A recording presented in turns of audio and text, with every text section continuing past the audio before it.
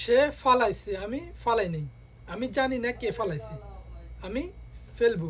এগুলোর আরবি কি? তো এখানে ফেলানোকে আমরা প্রচলিত আরবিতে আমরা যেগুলো বুঝি সেটা হচ্ছে এরমি। এরমি দিয়ে কিন্তু আমরা ফেলানো এই শব্দটা ব্যবহার করি। আমরা যত আজনবী আছি বেশিরভাগ কিন্তু এই এরমি শব্দটা ব্যবহার করে থাকি। তো সে ফালাইছে শুদ্ধ উচ্চারণ শাকে সহকারে সেটা হবে হুয়া রামা। সে ফালাইছে। আমি ফালাই নাই। আনা মা রামাত। আমি ফালাই না। আমি জানি না কে ফালাইছে। এটার আরবি হবে আনা মা আদ্রি মিন রামা।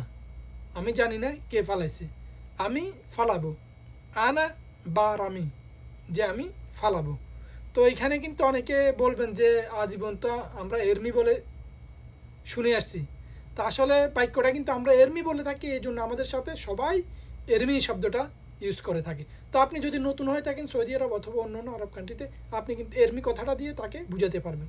আর আপনি যদি শুদ্ধভাবে বলতে চান তাহলে আমি যেভাবে বলছি ওইভাবে বলবেন।